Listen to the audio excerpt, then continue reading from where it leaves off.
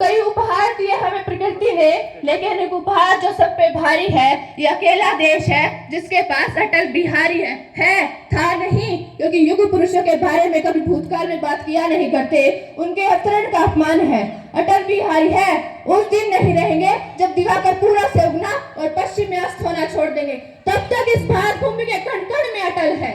उन्हें दो बातों पर हमेशा गर्व रहा, भारत भूमि में जन्म लेने और हिंदू होने पर। अटल जी अपना परिचय कुछ यूं दिया करते थे, मैं वीर पुत्री मेरी जननी के जगती में जोहर पार। अकबर के पुत्रों से पूछो क्या याद उन्हें मीना बाजार, क्या याद उन्हें चित्तौड़ दुर्ग में जलने वाली आग पर खर, जब भाई सहस्त्रों माताएं तिल तिल होकर हो गई अमर।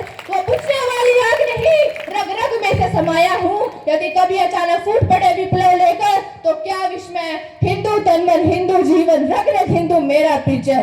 होकर स्वतंत्र मैंने कब चाहा है कर लूं जग को गुलाम, मैंने तो सदा सिखाया है करना अपने मन को गुलाम।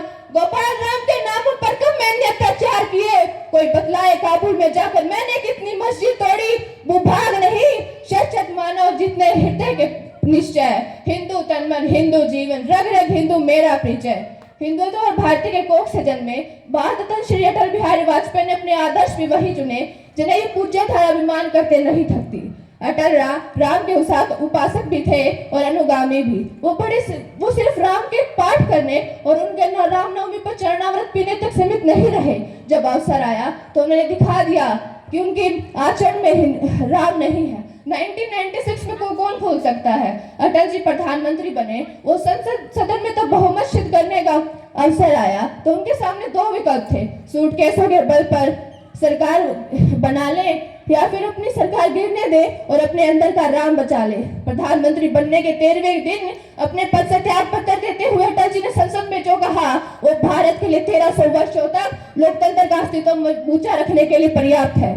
मुझ पर आरोप लगाया गया है और ये आरोप मेरे हृदय में घाव कर गया है। आरोप ये है कि मुझे सत्ता का लोभ हो गया है। 40 साल में सदन में हूँ, विपक्ष में भी रहा, सत्ता में भी रहा, लेकिन कभी सत्ता के मोह में गलत काम करने को तैयार नहीं हुआ।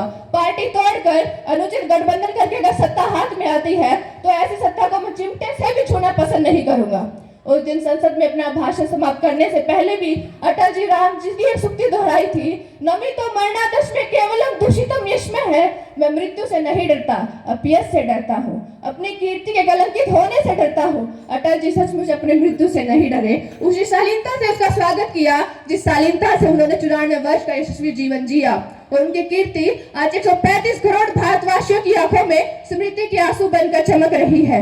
अगर आप अटल जी को याद करना चाहते हैं तो उनकी यादों में आंसू बहाकर नहीं, यूं रोकर नहीं, उनके सपनों को अपना सपना बनाकर ये ऐसा देश बनाएं जिसमें प्रेम हो, प्यार हो, दुनिया वाले ये कहे यही है वो भारत देश जो प्यार बांटता है, यही है वो भारत देश जो भ्रष्टाचार से मुक्त है। और ऐसा ही सपना था हमारे अटल जी का। 16 अगस्त 2018 की शाम 5:05 मानो सभी हिंदुस्तानियों की सांसें रुक गई हो। रुका टूटी सिर्फ भारत माता की, आखिर उसका लाल पंचतत्वों में विलीन होने जा रहा था। वो भारत रत्न, वो नेता, वो कवि, भारत माँ का लाल, वो अटल अब सब कुछ छोड़कर जा चुका था। रौनक हुई होगी उस भगवान के दरबार में, बड़ी रौनक हुई होगी उस भगवान के दरबार में। आखिर एक फरिश्ता जा पहुंचा था जमी से आसमान में, जमी से आसमान में। जय हिंद, जय भारत।